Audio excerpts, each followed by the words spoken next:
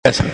सडकमा हाम्रा रगतहरू पोखिएका छन् र ती रगतहरू पोखिएर जुन मूल्यको सिर्जना हामीले शान्तिपूर्ण जनक्रान्ति मार्फत सिर्जना गरेका छौँ, ती कुराहरूलाई संस्थागत गर्ने र दिगो जगमा उभ्याउने काममा हामीले अत्यन्त शालीनतापूर्वक, धैर्यतापूर्वक, योजनाबद्ध ढङ्गले र सहमतिका साथ अगाडि बढ्नुपर्छ भन्ने कुरा त्यो भिडियो रेकर्डले हामीलाई देखाउँछ भन्ने मलाई लाग्छ।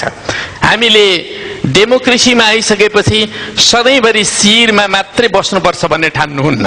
राजतन्त्रले मात्रै त्यो ठान्थ्यो कि आफू सधैँभरि शिरमा बस्छु भन्ने। तर जनताले चाहिँ मेन्डेट दिए, कसैलाई अलिक बढी सिट दिए, कसैलाई अलिक कम सिट दिए। सबभन्दा बढी सिट ल्याउने सधैँभरि शिरमै हुनुपर्छ भन्ने होइन, बहुमत ल्याएको भए बेग्लै कुरा हुन्थ्यो, तर सबभन्दा बढी सिट मात्रै हो। त्यसकारणले नेकपा माओवादीका साथीहरूले यो कुरालाई बुझ्नुपर्छ भन्ने मलाई लाग्छ। तर सुरुमा उहाँहरूले भनेका कुराहरू अहिले सुन्ने हो भने हरुवा भनेको छ, के भनेको छ, के भनेको छ, वास्तवमा हार र जितको धेरै ठुलो लडाइँ हामीले लड्नुपर्ने केही जरुरतै थिएन। त्यो ढङ्गले आक्षेप गर्नुपर्ने जरुरत होइन। र हामीले त सुरुमै नेकपा एमाले के प्रस्ताव पनि गरेको थियो भने जो सबभन्दा बढी सिट भएको छ उसको नेतृत्वमै सरकार बनाऊ। हामीले बनायौँ पनि, 9 महिना र 11 दिन हामीले प्रयोगमा ल्यायौँ पनि। त्यसो हुनाले यो ठुलो सम्मान हो र ठुलो अवसर पनि हो। त्यो अवसरलाई कसरी प्रयोग गर्यौँ हामीले, यसमा पनि हामी आत्मसमीक्षा गरौँ।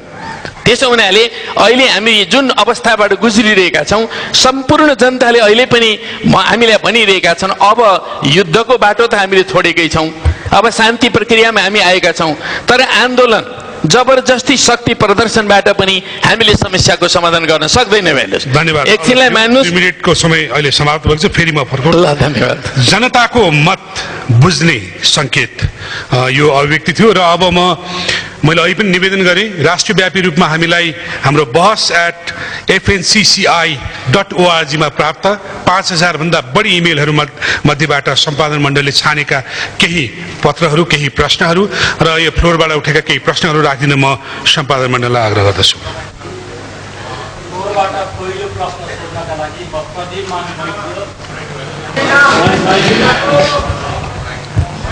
फ्लोरको पहिलो प्रश्नका लागि प्रदीपमान वैद्यज्यू, 91 सिट नम्बर, उहाँलाई माइक पुर्याइदिनु होला।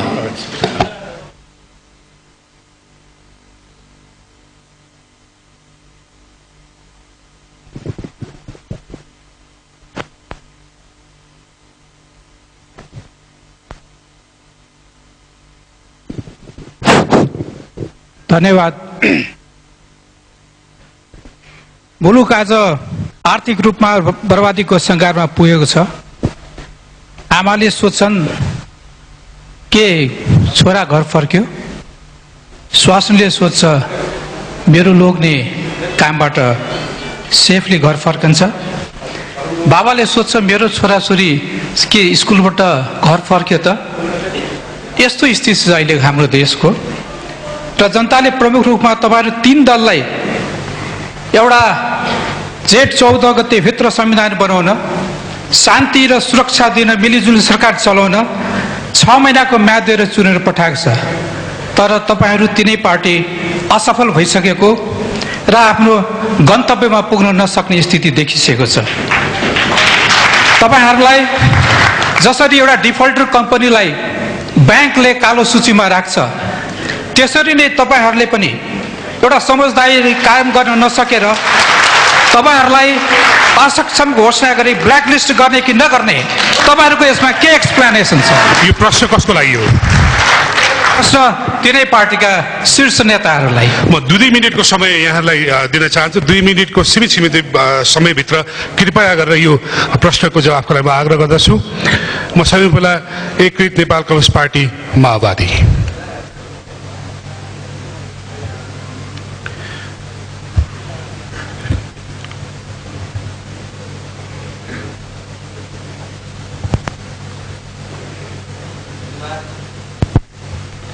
प्रदीपजीले मार्मिक प्रश्न सोध्नुभयो। यो धेरैको आवाज पनि हो, त्यसलाई हामी विमति जनाउन सक्दैनौँ। तर हामी के भन्न चाहन्छौँ भने हामी ज्यादै नकारात्मक ढङ्गले मात्रै पनि सोच्नु हुँदैन। हामी एउटा युगान्तकारी परिवर्तनको क्षणमा छौँ। यस्तो युग परिवर्तनको घटना भनेको केही हप्तामा, केही महिनामा, केही वर्षमा मात्रै पुरा हुँदैन, दशकौँ समय लिन्छ।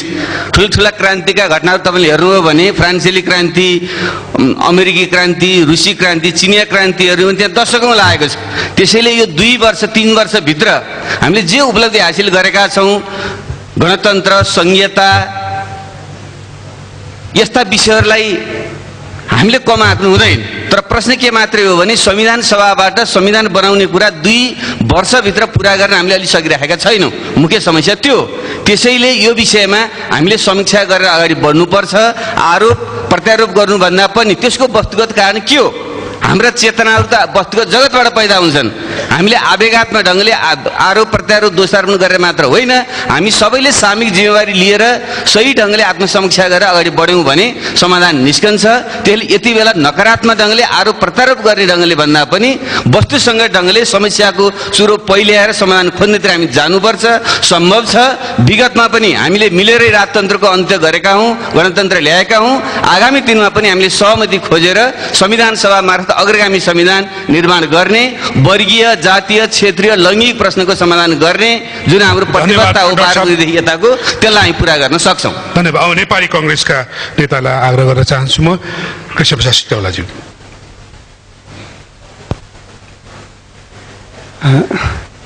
जसरी प्रश्न आयो, प्रश्नका केही भावनासँग म असहमत हुन सक्दिनँ।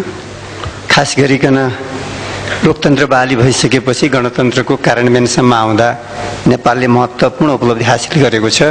नेपाल सङ्घीय गणतन्त्रात्मक राज्य व्यवस्था भएको छ र नेपालमा बहुदलीय लोकतान्त्रिक शासन प्रणाली सुनिश्चित गरिएको छ।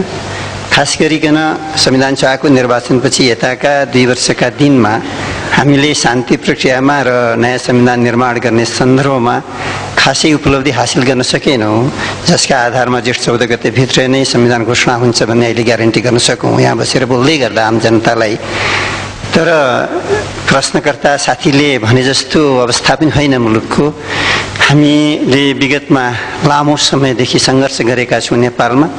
हामी राजनीतिक दलहरू जनताको माझबाट उठेका छौँ, जनताको विश्वास लिएरै उठेका छौँ र हामीलाई अहिले पनि विश्वास लाग्छ हामीले हाम्रा राजनीतिक दलहरूले परस्परका अविश्वासलाई, असमझदारीलाई, द्वन्द्वलाई न्यूनीकरण गरेर हामी समाधानको बाटो खोज्न सक्छौँ जस्तो मलाई पनि लाग्छ। अहिले पनि अलिकति म विगत सम्झन चाहन्छु, त्यतिले सायद उत्तर पुग्छ कि जस्तो लाग्छ। जब राजाले टेक ओभर गरे माघ 19 गते, त्यसबेला हामीहरूले 12 बुँदे समझदारी निर्माण गऱ्यौँ र त्यो 12 बुँदे समझदारीको उत्कर्ष शान्ति प्रक्रिया हो र शान्ति प्रक्रियाको निष्कर्ष नयाँ संविधान निर्माण नै हो। प्रश्न खालि यहाँनिर छ, हामी दलहरूको बिचमा छ। अझ खास गरिकन मैले स्पष्ट भन्नै पर्छ, एकीकृत नेकपा माओवादी र हामी दलहरूको बिचमा केही समस्याहरू उठेकै छन्। मलाई के लाग्दछ भने संविधान सभाको निर्वाचन पछाडि मैले टिप्पणी गर्न खोजेको होइन उहाँहरूलाई।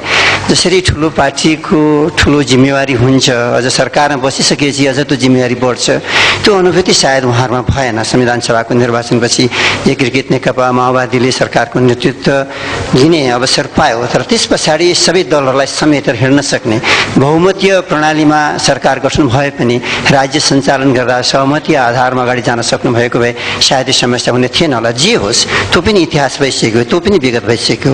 त्यसैमा घुरिएर एकअर्कामा आरोप प्रत्यारोप गरेर पनि हामी मुक्ति पाउन सक्दैनौँ। फेरि अब हामीहरू एकपटक गम्भीरतापूर्वक बस्नै पर्छ। हामी बसिराखेका पनि छौँ, छलफल भइराखेको हुन्छ। हामीहरूले सडकबाट आन्दोलन उठाएर परिवर्तन गर्न सक्दैनौँ, समझदारीबाटै मात्रै गर्न सक्छौँ। धन्यवाद। धन्यवाद सिटौलाजी।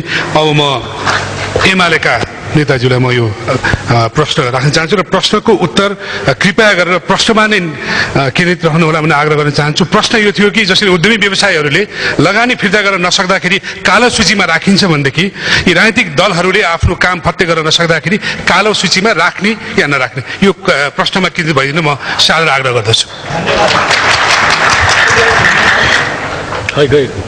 ओपन भएन। धन्यवाद। प्रदीपजीले उठाउनु भएको जो प्रश्न हो त्यसमा म आंशिक सत्यता छ भनेर स्वीकार गर्दछु। कमजोरीहरू राजनीतिक दलबाट भएका छन्, तर ब्याङ्कबाट ऋण लिने उद्योगी व्यवसायीहरू ब्ल्याकलिस्टेड भए जस्तो ढङ्गले चित्रण गर्नु हुँदैन।